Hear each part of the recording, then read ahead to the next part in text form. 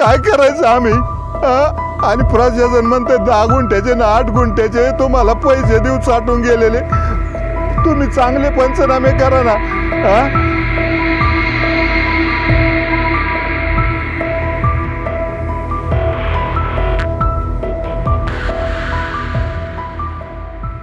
पुराचं पाणी वाहून गेलंय, पण डोळ्यातलं पाणी थांबायला तयार नाही. रडणारा हा माणूस कुणी साधा नाही.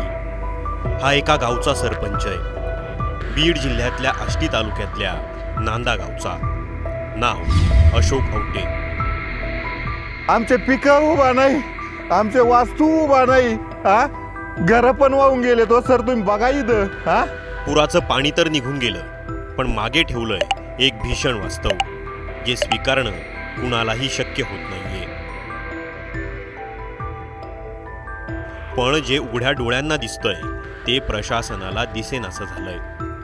पुरानं गावातल्या सगळ्या विहिरी बुजवल्या, पण प्रशासनानं नोंद काय केली तर पाण्याखाली गेल्या. त्यामुळे कसली मिळते मदत? सगळ्याच येरी गज भरलेल्या आहेत. गज म्हणजे पाण्याने नाही भरलेल्या, गाळाने भरलेल्या. सर प्रशासनाचं काय मत आहे की तुमची येर पाण्याखाली गेली. आम्ही खेड्यात राहणारे माणसं आहेत, आम्हाला पाण्याखाली आणि बुजून गेली. आमचा शब्द काय आहे, ही येर कशी बुजून गेली तसं तुम्ही बुजून गेली असल्या. 4 फूट येर उघडी नजर पडली म्हणजे ती कोरी नाही. मी त्यांना म्हणलं ही आतमध्ये तुम्ही बघा लाकूड घाला याच्यात, ह्या एरीत गाळण दिसन. तर प्रशासनाचा त्या शब्दाचा अर्थ आम्हाला कळाना. सरकारला नम्र विनंती आहे, देवाभाऊला आमची गावकऱ्याच्या वतीने नम्र विनंती आहे की मी मुख्यमंत्र्याचा चाहता आहे. मुख्यमंत्री हुशार आहेत, पण आज जी शेतकऱ्यावर वेळ आलेली आहे, मुख्यमंत्री साहेब तुम्हाला हात जोडून पाया पडून विनंती आहे की आमचे पंचनामे क्लिअर करा. 10 गुंठ्यात आमच्या शेतकऱ्याचं काही होत नाही. या पुरानं जशा विहिरी बुजवल्या, शेतातलं पिकच नाही तर अख्ख्या शेतातली मातीही खरवडून नेली, तसेच हाल गावच्या जिल्हा परिषद शाळेचे झालेत. टेबल खुर्च्या, मुलांचे दाखले आणि इतर कागदपत्र तर वाहून गेले. हेच काय दुपारची जी खिचडी शाळेत मिळायची त्यासाठीचं साहित्य आणि धान्यही वाहून गेलंय. आज माझ्या गावामध्ये 38 येरी म्हणजे मी स्वतः तलाठी साहेबाबरोबर, कृषी अधिकाऱ्याबरोबर, ग्रामसेवक मॅडम बरोबर आमची ही सगळीच टीम आम्ही स्वतः हिंडलेलो आहोत. तर माझ्या गावातल्या 37 ते 38 येरी ही नदीच्या कडेने आहेत, सगळ्यांच्याच गावच्या अख्ख्याच. आणि त्याच्या जवळजवळ सगळ्याच येरी गज भरलेल्या आहेत. गज म्हणजे पाण्याने नाही भरलेल्या, गाळाने भरलेल्या. सर प्रशासनाचं काय मत आहे की तुमची येर पाण्याखाली गेली. आम्ही खेड्यात राहणारे माणसं आहेत, आम्हाला पाण्याखाली आणि बुजून गेली. आमचा शब्द काय आहे, ही येर कशी बुजून गेली तसं तुम्ही बुजून गेली असल्या.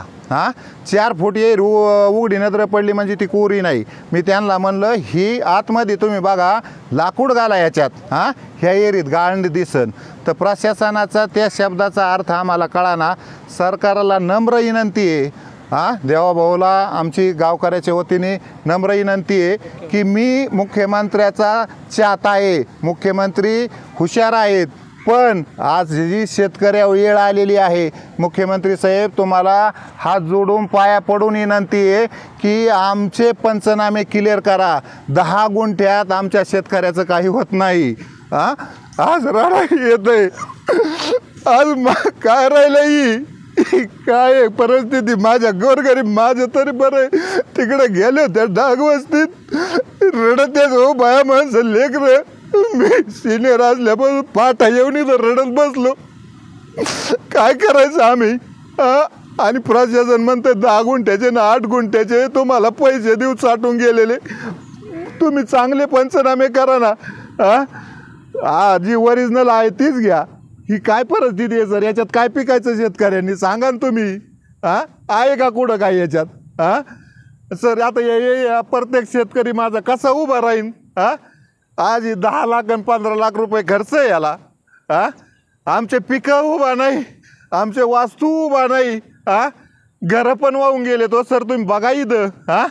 आता तिकडे एक आजीनाथ आवटे म्हणून आहे, त्याचं घर पडलंय.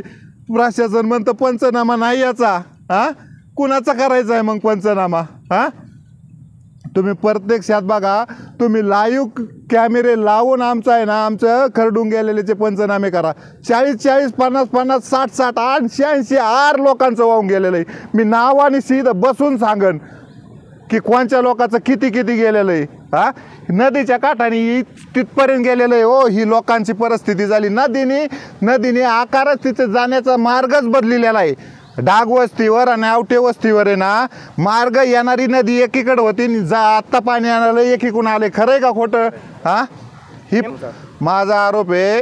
तुम्ही हेक्टरी 5 ते 48,000 रुपये चाटून गेलेलं मानता. हा, आणि आम्ही जर शेतकऱ्याचे 8 अन 4 अन 10 गुंठे जर टिपली तर आम्हाला मदत काय येणार आहे? हो, पहिली मदत 5,000 दिली.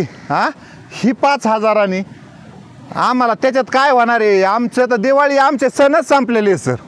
आमच्या शेतकऱ्याचे सण राहिलेले नाहीत, काहीच नाही राहिलं.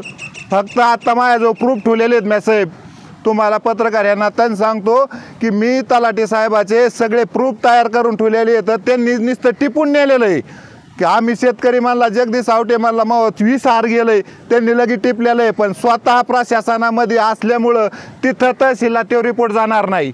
तो रिपोर्ट तुझा येणार आहे 5 गुंठ्याचा. ही मी काल इरबळ तिथं बघतोय काय चाललंय. ती माझी अपेक्षा आहे, माझ्या गावासाठी नाही, सगळ्याच पूरग्रस्तांसाठी. ही परिस्थिती एका गावाची नाही, अख्ख्या मराठवाड्यात अशी शेकडो गावं आहेत जी आधी गावं होती यावर कुणाचा विश्वास बसणार नाही. पण प्रशासन अजूनही तिथवर पोहोचलेलं नाही आणि जिथं पोहोचलंय तिथं कागदी घोडे नाचवणं सुरू झालंय. परिणाम काय? तर शेतकऱ्याला आधी आसमानी संकटानं मारलं आणि आता लाल फितीचा कारभार मारतोय. त्यामुळं मुख्यमंत्र्यांना एकच विनंती आहे, यांचं गाऱ्हाणं ऐका आणि जरा प्रशासनाचे स्क्रू टाईट करा, म्हणजे तेवढा काय दिलासा बळीराजाला मिळेल. तुमच्या गावात कशी परिस्थिती आहे आणि प्रशासनाची मदत तिथपर्यंत पोहोचली आहे काय, आणि तुम्हाला काय अडचणी येत आहे हे तुमच्या गावाच्या नावासह कमेंट करा. आणि हा व्हिडिओ प्रशासन आणि सरकारपर्यंत पोहोचवायला विसरू नका, म्हणजे किमान कामं सुरू होतील. धन्यवाद. काय करायचं आम्ही? आणि प्रशासन म्हणते 10 गुंठ्याचे ना 8 गुंठ्याचे तुम्हाला पैसे देऊ चाटून गेलेले. तुम्ही चांगले पंचनामे करा ना.